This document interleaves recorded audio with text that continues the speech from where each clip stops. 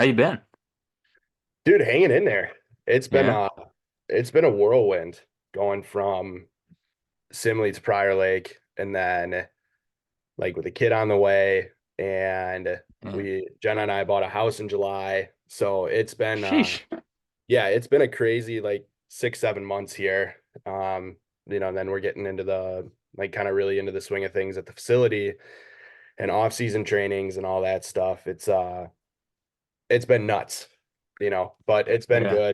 good. Always prefer to be busy than not busy. So, Yeah. No, that's good. um, yeah, it still keeps me out of trouble and, keeps me going in the right direction. What's new on Well, your, man, how's Earlham? good, man. Yeah, we're just starting on an indoor facility that now the frame and like the roof and the panels on the sides are all up now, so we're just waiting for turf, electric, and then getting the heat installed in there. So that's like it's like a 104 by 80. It'll be netted all the Nice. way around. So like Sweet. right next to our field too. So Even better. that'll be a game changer for us. It's already a really nice spot to be, but Yeah. take it to the next level kind of. So it's going Yeah. well. We're kind of just hanging out right now. We got doing well on the recruiting side of things and did a lot of our work early, so it's nice to not be super busy during the holidays. Yeah. And Um, how much are you on the road recruiting wise? in the summertime, quite a bit, A lot. Yeah. at least once a week, Okay. sometimes, and then going into the fall, there's some showcases and stuff that we go to as well, but about once a week. Okay. Yeah, so not bad. We Yeah. have four full-time coaches, so we That's split nice. it up between the four of us. It's really not that much extra work, so that's good. But I got to introduce you at some point, and I'm gonna also. Uh, so we were actually Amanda and I were talking about this last night. When I talk to people from my hometown or the people that have like Minnesota accents, mine Yeah. tends to just show up out of nowhere. So, Oh, dude, it's a uh, real thing. yeah. It's a real So, thing. if anybody has listened to multiple episodes, they might notice a little bit of a slight difference here. But um, for those of you that are listening on Spotify, this is episode 9. Also, we're available on Apple Podcasts, so check us out there too. Episode 9. My good friend, my college teammate, South St. Paul legend, Stockman's Irish legend. Are you a legend of any other places? Uh, Close to Simley. That's about it. Zach Hendrickson, the head coach at Prior Lake High School in Minnesota. Um, really cool that we're able to do this, man. It's a good time for us to catch up and um, for those of you that might be listening that are playing college baseball or are thinking about playing college baseball, one of the coolest experiences ever. And to meet some of your closest friends and stay in touch with those people. What is it? 7 years ago we graduated college. Over seven Yeah. years ago. Yeah, So it's wild. we're Just getting old, but still talking and still keeping in touch. So this is really cool. But just to get us started. Why don't you just tell us a little bit about yourself and how you got to where you are now? yeah. Um, Baseball's always kind of been my life. I started when I was really young, started playing when I was young, just like most college baseball players do. Um, Played at South St. Paul High School, was, fortunate to be part of some really good teams, but also some really bad teams. And it was a similar story in college where I played my college ball at Luther with Blake and again fortunate and unfortunately we were part of some really good teams and also part of some really bad teams.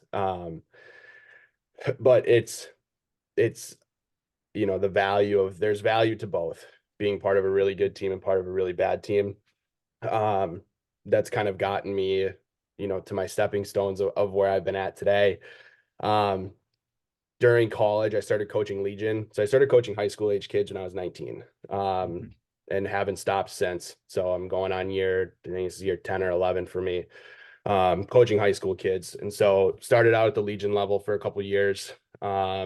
I did 1 year at St. Croix Preparatory Academy, it's a small 2A school here in Minnesota. Started out as an assistant coach there under my mentor, a guy I played for growing up. and has done a lot for me, Rich Dipple. And he kind of gave me a chance right out the gate to break into the high school, the MSHSL game. Um, was there for a year as an assistant, kind of took over towards the end of the year, and assumed some more like head coaching responsibilities, lineup decisions, third base coaching. Um, and then that after that spring season, the job at Simley was posted, and I had no real expectations for getting a job as a 22 or 23-year-old kid being a varsity head coach.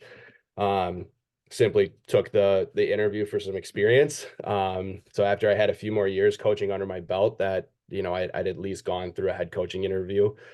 Um, Lo and behold, I got the job, as a bright-eyed, bushy-tailed 23-year-old kid, running a program that was in shambles. My first year there, I think we had 33 kids come out for baseball, eighth grade through 12th grade.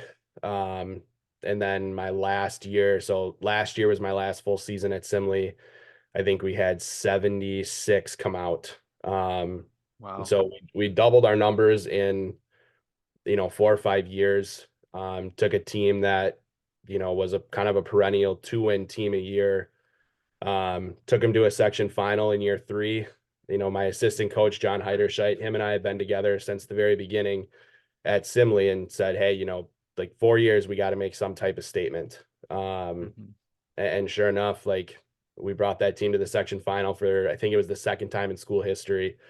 Um, Now we got boat raced in the section final. But that happens. A big accomplishment nonetheless, right? Yeah, yeah, good experience for the boys too. And good experience for the coaches, and kind of gave me some, areas for growth. Like I thought that I had prepared the boys, for the big moments, and Mhm. getting them prepared for, to be able to keep a cool head and a level head, like when the lights are the brightest, when the pressure cooker is all the way up.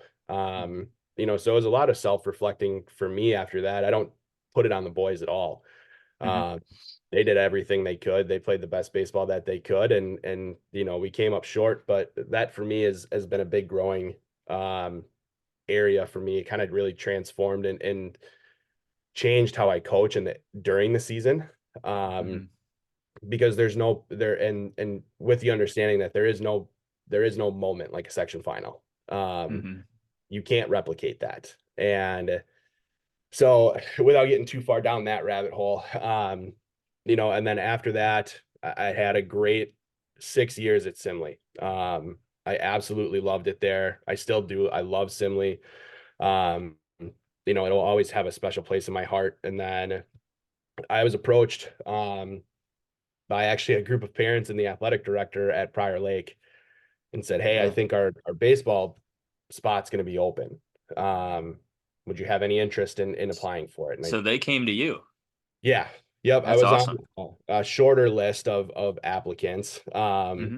And then so I took the interview. Was blessed with the opportunity to get this job, but I'd be lying if I said it didn't take a lot of thought, to go over there.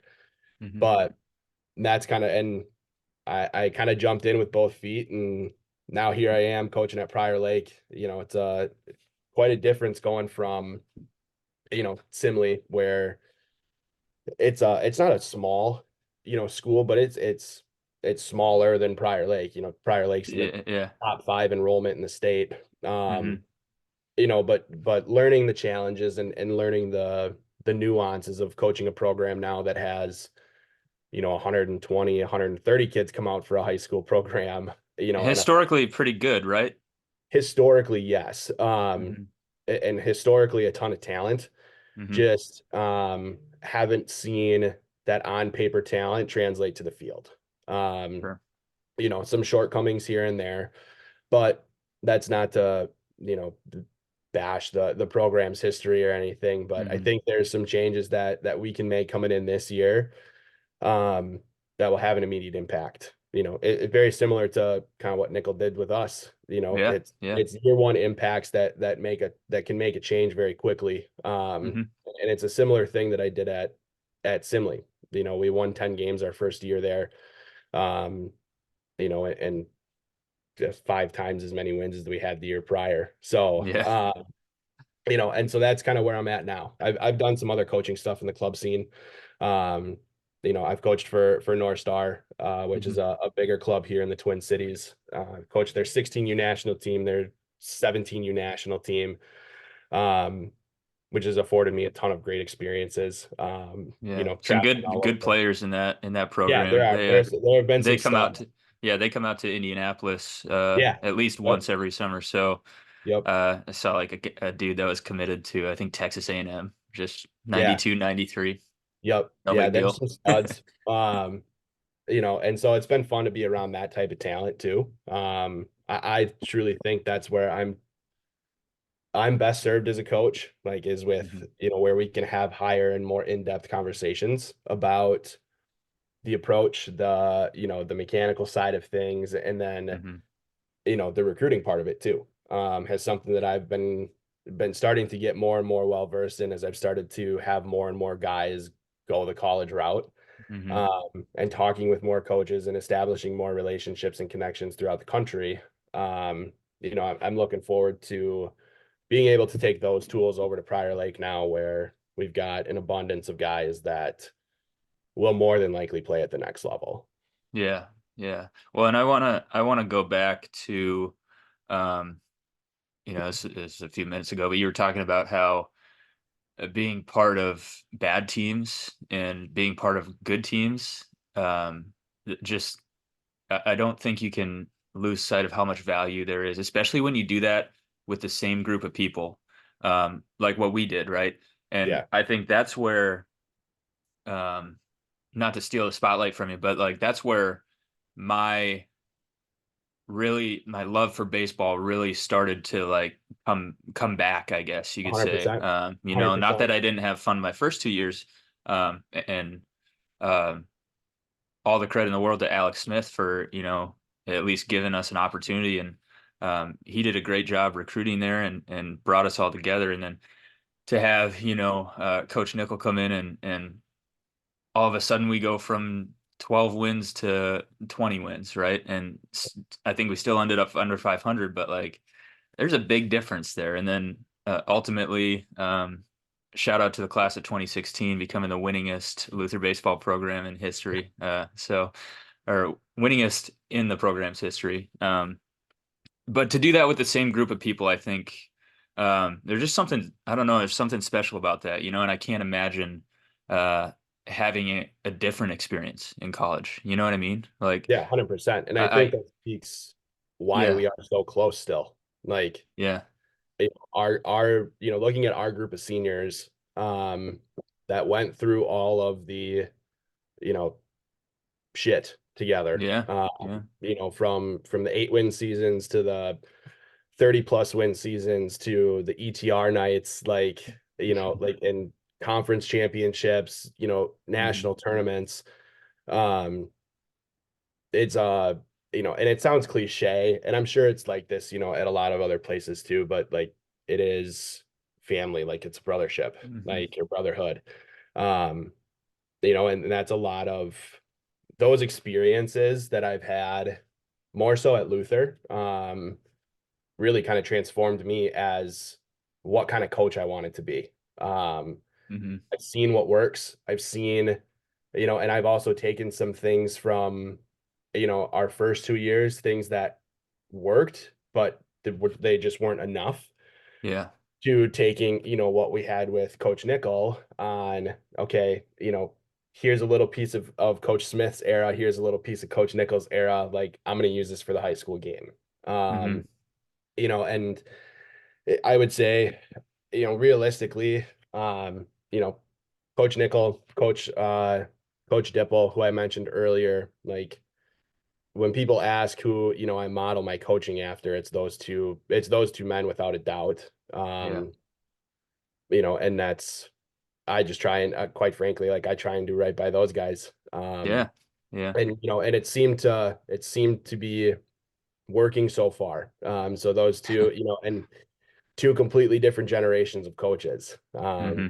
You've got Nickel, who's been in the game now for 10 year college game now for 10 At years. least, yeah.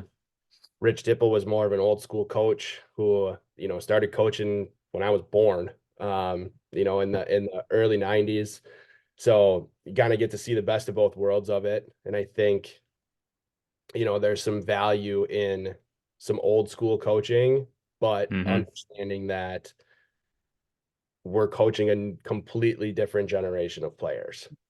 Oh And man, yeah, talk about that a little bit, because it's changed a lot. It yeah, has, and it's even from my first year coaching college ball, which was 2017 after we graduated. But talk about that. How has it changed? Just like I guess your approach to how you handled kids, I guess. yeah, it's a loaded question, right? Hmm. There's a ton that goes into the nuances of coaching today's athlete.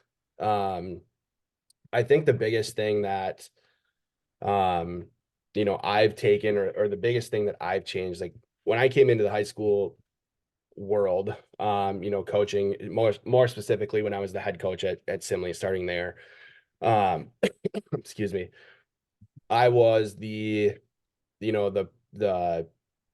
typical young head coach. Like Hmm. if things weren't going right, I was a yeller. Like, I was okay, we don't want to focus. Like, let's go for a run. Um, things like that. And then I kind Hmm. of started to understand that it's not them, right? It's me. What do Hmm. I need to change? And I think the biggest piece is that you can't ever, at least with this generation, I found like you can't ever take a behavior for what it is, right? There's always something underlying that is causing that Hmm. action or that behavior. Yep. And so instead of taking those behaviors of what it is, I've started to put a huge emphasis on like building the relationships with my guys, Hmm. getting to know them more than just a baseball player, to get some insight into, okay, what could be causing, the frustration, what could be causing the sadness, what could be causing, this constant desire for perfection, knowing that we're never going to achieve perfection in the game. Hmm. Um, and then taking it there and coaching them up as a person, not coaching them up necessarily as a baseball player. Um, I think is kind of one of the biggest things. Hmm. We're not just coaches anymore. We're managers, we're pitch count recorders, we're doctors, we're psychologists, we're, quite frankly, in some places we're de facto parents Yeah. to these young athletes. And that's kind of I guess that's the central foundation of my entire coaching philosophy is, it's education based athletics. Yeah. It's making the human, not making the player. Um, and when I found that oftentimes when you can make a better human, you're going to make a better baseball player. Just because so much of life is on a baseball field. Like there's Yeah. failure, there's teamwork, there's the highest of highs and the lowest of lows that you're going to experience in, quite frankly, in 2.5 hours. Hmm. And that's a life thing. So if we can make some of those, like, cross connections between life Hmm. and baseball, we can make both pieces of the person or both pieces of the player better, Hmm. how to handle that failure. And Yeah, then I'm the other, gonna I'm go gonna ahead. go back. I'm gonna go back and listen to that probably 5 to 10 times in the next couple of weeks. That's really good stuff, man. And I think, sorry for interrupting too, but when you talk about, it's not them, it's me. One of the themes for our group was like ownership, like extreme ownership, right? Dream owner. I'm reading that And book right now. and not projecting blame on other things or um, trying to find other reasons outside of yourself why you're not having success, right? And really kind of reflecting on that, as you said, and learning from it. That was really good stuff. Sorry to interrupt if you had Oh, it's more to okay. say on that, but No, it's just more on, how the game has changed. mhm. I think the biggest obstacle for me, I've always been a bit of a relationships guy. Like how I am, I like to talk Yeah. to people. I've always been that way. So that piece had, that change in the coaching world had come pretty easy. The biggest one, I think that was the biggest struggle for me was this need or this idea of the need for technology in the game. Rapsodos, exit velos, trackmans, blast, whatever, there's a ton of it. Hmm. And again, right, I'm more of a up until like 4 years ago, I still did book on a piece of paper. Like I wasn't a game changer guy. I did all the stats, from a book and because I just didn't like technology. Like I'm Not a like, real millennial. Yeah. it's taken away from the game. Like Uh-huh. there's something to be said about, writing in a book and having a perfect book, not making any mistakes. Like as a coach, now it's like, well, I'm not chasing a perfect game on the mound or, going 4 for 4 at on the plate. Like now I'm chasing a perfect book. Like I want to make this so I have zero errors on my book. You're getting Um, old, man. You are. yeah, You I know. sound old right now. Don't remind me. Um, but I think, again, so we go back to this need for the technology, right? Hmm. Everybody wants to, pop a radar gun, with their fastball. Everybody wants to, say they can chase triple digits with their exit velo, right? And I go back to thinking, you know, where's the process, right? There's no process Yeah. anymore. It's simply like do what I need to do to put up a good number on a gun. Chasing a number. Yeah. Yeah. They're chasing a number, right? And that's again, right? So I'm sitting here going, okay, well, how can I convey this message or why, what am I missing, right? Of why this game has changed. Hmm. And, for me, it was okay. Like I had to, again, how can I make changes to, better my players and kind of, I guess, take ownership of what the changes are, right? And Hmm. and that's adapt or die. It truly is in the coaching world. If you don't adapt, you're going to be out pretty quick.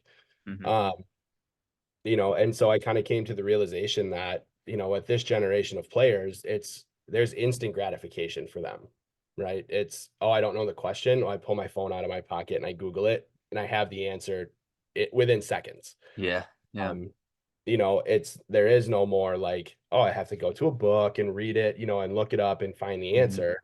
It's just poof, it's right there, right? Hmm. Now with all this other stuff, there's a million other things that um, play into that instant gratification with this generation. It kind of not forced me, but made me a little more open to using Rapsodo, using, a pocket radar or a TrackMan or whatever to get these Hmm. analytics and get these numbers because you'll lose a kid if they don't. You'll start to lose a kid if you don't give them some type of gratification You have or to. Yeah. You something have to. instantly to say, hey, we are going in the right direction. Yep. It's not a, trust the process type mindset anymore where it's like, hey, I'm going to grind all off season and I'm going to wait till the spring to see if that grind worked. Like now Yeah. it's, I'm going to grind, but I'm going to have benchmarks along the way where it's like, hey, cool. I was at a 90 exit velo. Now I'm at 92. Like I'm starting to Hmm. see the growth. Um, so that's been a big change for me too. And quite frankly, it's more just trying to figure out how all the stuff works. It's wild, man. Like I'm still trying to dig into Rapsodo and figure out what those numbers mean and how I need to Yeah. implement them. It's It, useful. It's useful, man. I mean, it for sure is, without a doubt. if you can make even a small improvement, like when we do our pitch design stuff, Yep. like this, we have kids all the time and come in like, man, yeah, my curveball's really good, coach. It's my best pitch. And now I'm sitting there looking at it now that I have an understanding of how all this stuff works. I'm like, well, it's not actually that good. Like Right. we can make it Right. better. You know what I mean? Right. And Yeah. I think it helps you see things objectively because now more than ever, kids have really strong feelings about, who they are, and especially when it comes to playing baseball, a lot of young kids have trouble separating themselves from their performance and all that stuff. Like it really does help see things objectively. And I think that's a big step in player development that doesn't often get talked about, is like you want to feel confident, you want to feel good about yourself, but like you also need to be able to see the other side of it, where like these are the facts. And so I think incorporating that is a good thing. Again, I'm in the same boat as you. It took me a while to kind of come around on it. Um, but I do think it's been useful for us. Yeah, And without so I want to, you mentioned you work with a club in the past, and um, are you still doing that? And then talk about like the difference in training styles. I wanted to get into kind of like off-season training for a high school program versus like how you might do it at your club, um, practice planning, how you kind of blend the two together. Just talk about that a little bit, if you could. Yeah. So the club, I'm still involved in the club world, not as much as I was. Um, having a kid and a new house and stuff now, like I have to take some time off of coaching, Hmm. um, just so my wife doesn't kill me. But you know, from a different standpoint, I would say like the foundational difference, why we're seeing this massive push to club. Um, at least here in Minnesota is, and we'll kind of go through the different tiers of it, like, at the youth level, for Hmm. example. The biggest difference that I see is that with club, both a club practice plan and a training program, and the atmosphere of club. If you're playing club, you want to be there. You want to get better. You want to win games and you want to become a better baseball player, right? Where you don't always get that with travel ball or association ball. So from a training perspective, for the club, it's more individualized, right? It's Hmm. the club serves the purpose of, yes, we're playing baseball, but it's not, we're not chasing a title for your hometown. So it's a little more individualized on how can we make adjustments to best serve you as an individual, right? To ultimately help the team. Hmm. Um, where high school, it's a little bit different. Like we're still trying to help the individual grow their skills, grow their knowledge base and things of that nature. But there's a bigger emphasis on the team. Somebody may have to take an extra round of bunts because that's his role on the team. Like he's our Yeah. guy that sets the table or moves guys over. Hmm. Um, and I don't want to say it's like a me over we mentality in the club, but ultimately I think that's what it is, right? The club Yeah. kind of Yeah. gained some traction because it's great for exposure. Hmm. Um, you're taking a group of top level talent, you're going to top level tournaments to play in front of top level scouts. Like it is what it is.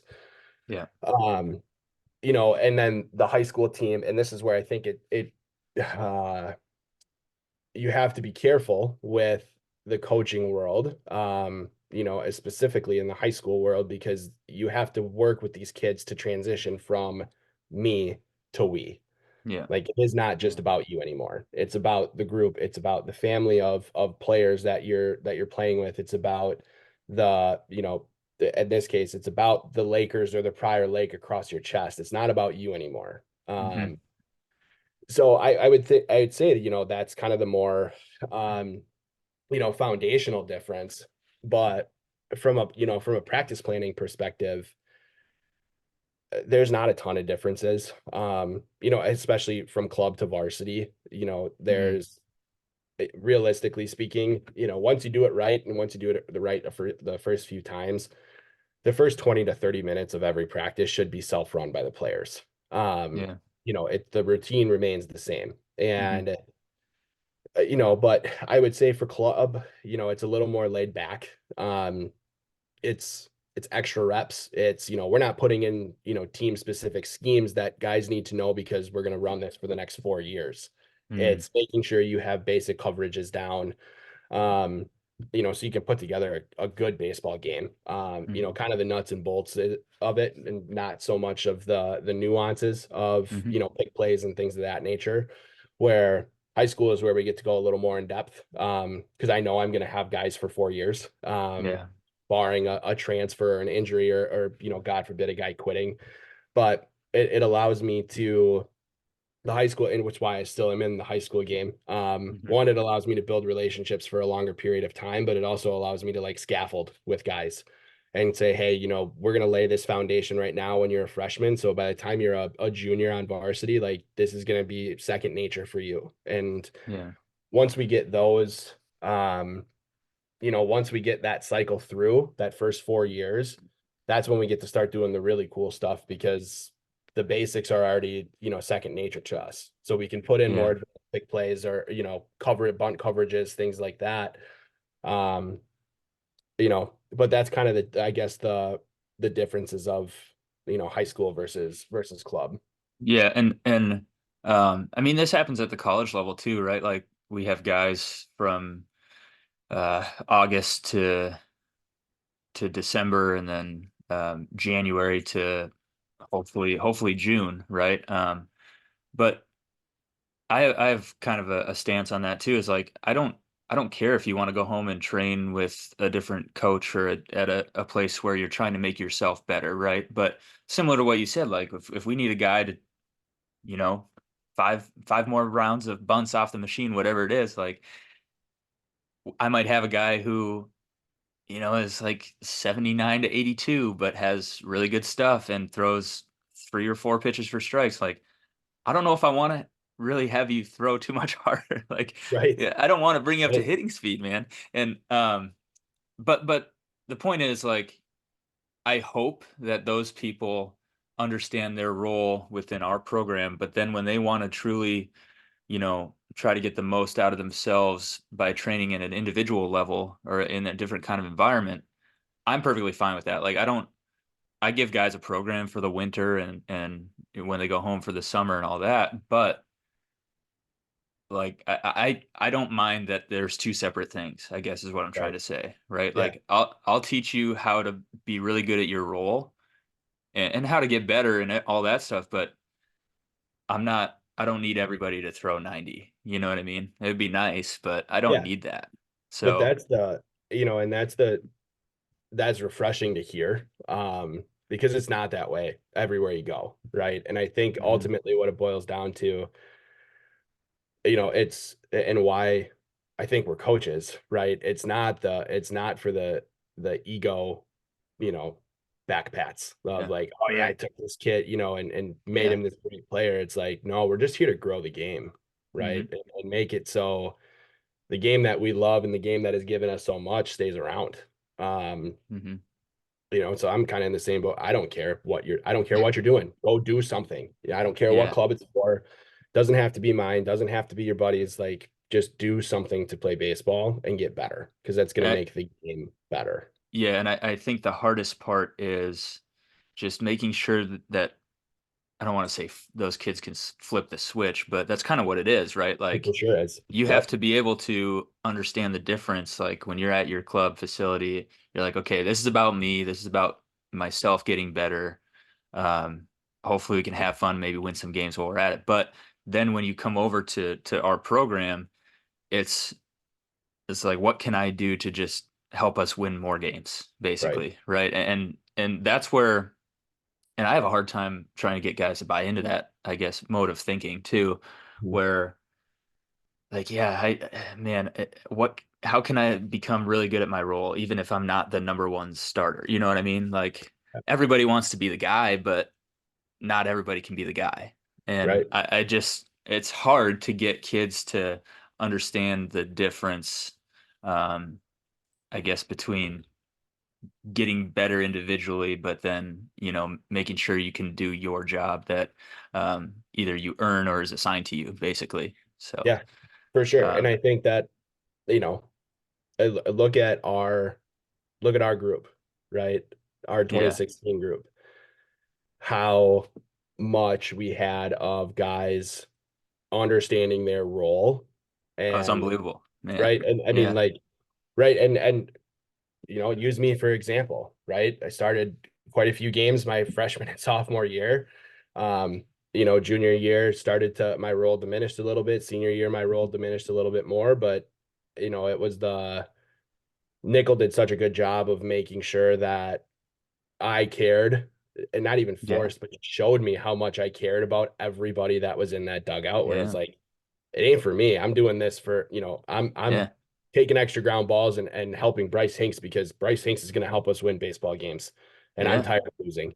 Um, like, and things of that nature too, like Veej. Look at Veej, like a guy that didn't see the field a ton, but was one of the Mm-hmm. best teammates I've ever had. 100%. Guys to be Great better. roommate too. A great, yeah. I could never live with him. Him and I know that we can never live with each other. But it's incredible, and it makes me appreciate and respect Nickel that much more being in the shoes that we're in now. Like Yeah. that is a really, really hard thing to do for a group of young men Yeah. that and he did it seamlessly, and I think realistically did it without us even knowing what Hmm. he was doing. Yeah. And we're gonna pick this conversation. I like where we're at. We're gonna pick this conversation back up. But I am a cheapskate, not willing to pay for the upgrade on the Zoom. So we I got don't another blame one you. scheduled. Yep. It might take a few minutes to download and save this one. Um, but then if we can just jump on the next one, I think it should work. I've never done this before. Okay. I'm hoping it just works that way, but it should be 2 to 3 minutes, I would say. Sure. Works for me. But don't forget where we left off because we're in some good stuff right now. Got it. All right. See you in a minute. We'll see ya.